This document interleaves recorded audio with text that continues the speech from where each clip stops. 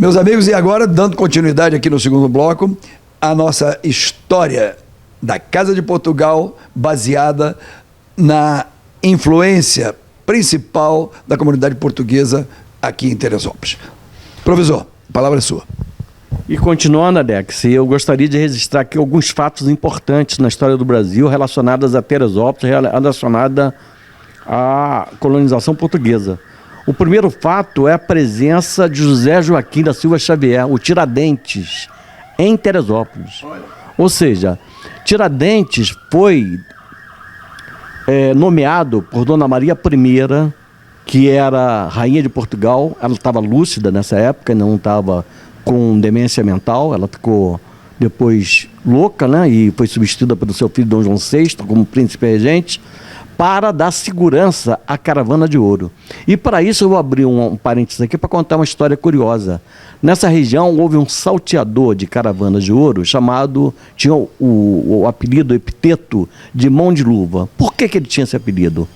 Porque esse salteador de caravana, ele era português, foi namorado de Dona Maria I, e o seu pai, examinando a origem dele, viu que ele não tinha uma árvore de nome hierárquica à altura da rainha. Ele não podia casar com a rainha. Então o que ele fez? Ele desterrou o Mão de Luva, o São Tirso, para o Brasil. Quando o Mão de Luva se despediu da Dona Maria I, Dona Maria I depositou sob sua mão um beijo. E ele afirmou para ela: essa mão nunca mais entrará em contato com outro ser humano. Cobriu aquela mão com uma luva. Por isso tinha o nome de Mão de Luva. Veio para o Brasil com o objetivo de dar prejuízo aos portugueses. E roubou muita caravana de ouro. Ele acumulou uma grande fortuna em ouro. Fortuna essa que até hoje não foi encontrada. Muitos pesquisadores, muitas pessoas que exploram esse tipo de tesouro vieram a Teresópolis, tentaram com um detector de metal encontrar onde estava. Não quer dizer nem que esteja em Teresópolis, pode estar nas cercanias da Serra dos Órgãos, porque o Mão de Luva foi preso por uma milícia portuguesa em que estava o alferes José Joaquim da Silva Xavier, o Tiradentes, num local chamado Cantagalo. O galo só canta na presença de seres humanos. O galo cantou, a milícia sabia que tinha alguém escondido e prendeu o Mão de Luva. Daí a origem do nome Cantagalo, onde o Mão de Luva foi preso. Então essa história é muito curiosa. E o Tiradentes, quando vinha para Teresópolis, se hospedava numa pensão, numa hospedaria que tinha ali 3 córregos, que era uma hospedaria feita com caule de palmito, caule de bambu, e que infelizmente foi demolida na construção da Rio Bahia. Se eles tivessem desviado da Rio Bahia em poucos metros, eles teriam conservado a hospedaria, que é um monumento histórico fantástico, porque Tiradentes é herói nacional, é o homem que, o herói da Conjuração Mineira, o primeiro que pensa na independência do Brasil. É uma grande figura histórica. Então essa aí é uma história vinculada a ele. E depois um outro fato muito curioso. Um neto de Tiradentes, chamado José Joaquim Paulino de Oliveira, serviu ao Paço Imperial, serviu à corte de Dom João VI. Em reconhecimento a isso, Dom João VI determinou que fosse doada a ele uma grande quantidade de terra aqui em Teresópolis, que é hoje a Ermitage, o Quebra-Frasco, o Córrego do Príncipe, a Posse, a Ponte do Imbuí, Salaco, Salaquinho, aquela Granja Florestal, toda essa região foi doada a esse neto do Tiradentes. Agora é preciso estabelecer aqui a ligação de Tiradentes com a família Clausen. No mesmo tempo, o Dom João VI contratou os serviços do Jacó Clausen. O Jacó Clausen veio para o Brasil, contratado pelo Dom João VI, para trabalhar no Jardim Botânico. Lá no Jardim Botânico, ele ficou morando num sítio chamado Sítio das Cabeças, com a dona Carolina Clausen. E lá ele adoeceu do pulmão, teve uma tuberculose, foi aconselhado pelos médicos da corte imperial a tratar essa tuberculose na região da Serra dos Orcos. Então ele foi contratado pelo Barão de Mauá e trabalhou com o Barão de Mauá em Cuiabá, que tem uma ligação entre Cuiabá e Cruzeiro, aqui no interior de Teresópolis.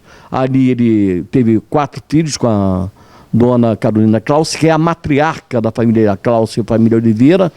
Um desses filhos foi o coronel Henrique Fernando Clausen, o primeiro presidente da Câmara Municipal de Teresópolis, em 1890, 91, o primeiro prefeito da cidade, porque o presidente da Câmara, na época, era o prefeito.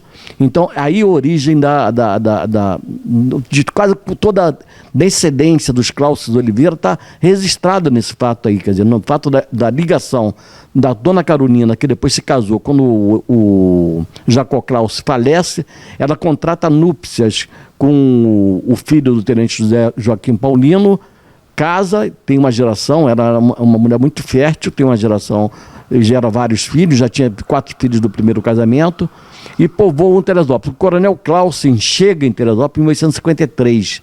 O Marche falece em 1845, quer dizer, o Clausen não conheceu o Marche, chegou em Teresópolis 8 anos após o falecimento do Marche. Quando o Marche falece, o Marche tem 2 filhos, o Guilherme Telho Marche e o Jorge Britan Marche. O Guilherme Telho Marche, eu pesquisei a vida dele, encontrei vários documentos.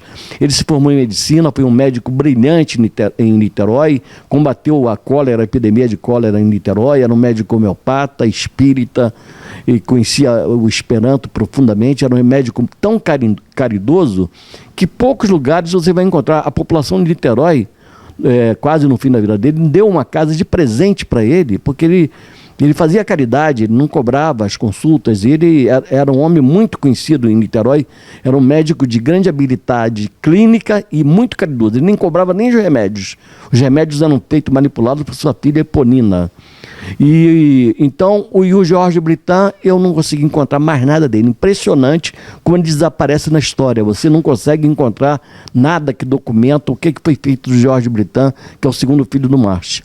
Agora, o que acontece com as terras? As terras são vendidas. O Guilherme Taylor, menor na época, o tutor dele vende as terras para o comendador Coelho, e o Jorge Britan vende as terras para o comendador Policarpo.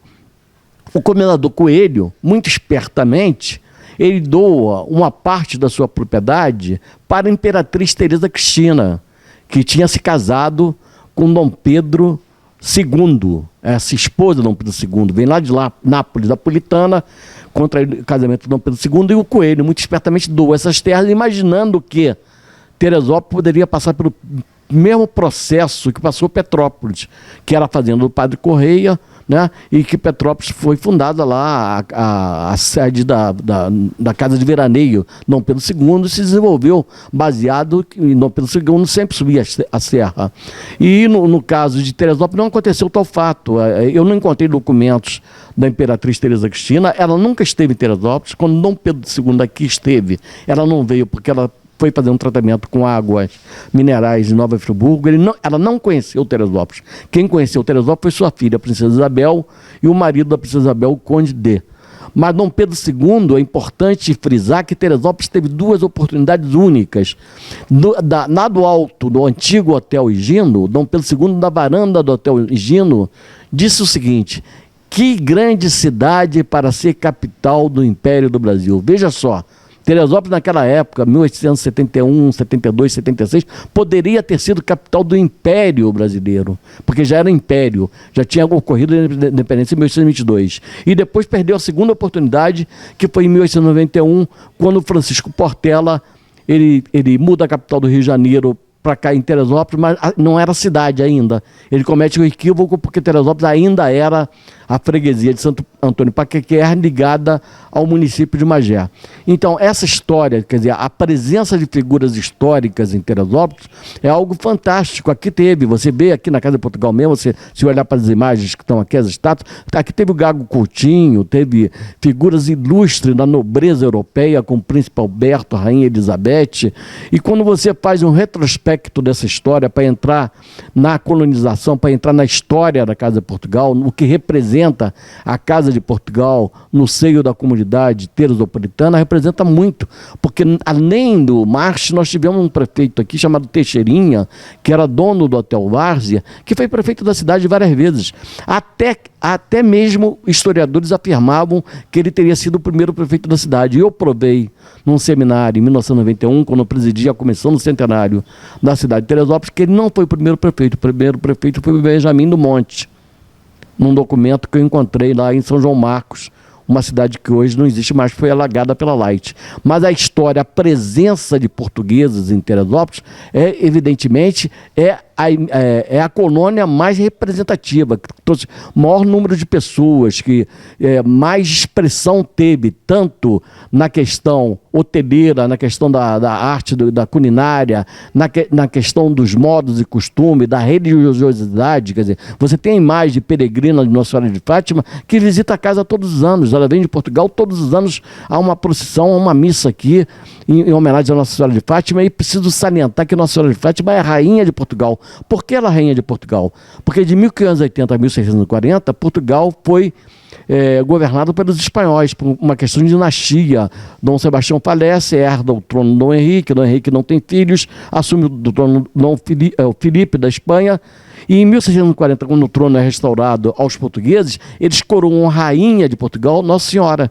Então, esse fato nós iremos visitar nos outros programas a capela aqui da Casa de Portugal, onde tem a imagem de Nossa Senhora. Eu agradeço mais uma vez a oportunidade de ter conversado com vocês. Muito obrigado pela atenção dispensada. E que mais me resta dizer depois de todo este banho de sabedoria, cultura e informação que faz de nós orgulhosos de sermos descendentes da portuguesada, que foram eles que fizeram este país, não só Teresópolis, mas Teresópolis é uma das raízes. O prazer do Eclético estar levando a vocês este conjunto memorável, porque com toda certeza colecionem os programas que o nosso mestre Dr. Ferradeira vai nos oferecer. O projeto é a História da Casa de Portugal. Beijo grande, até a próxima. O Eclético. Oferecimento Motel da Prata. O prazer de estar. Casa de Portugal de Teresópolis. Mais que um clube, a sua casa. E Segunda Via. Gráfica e papelaria.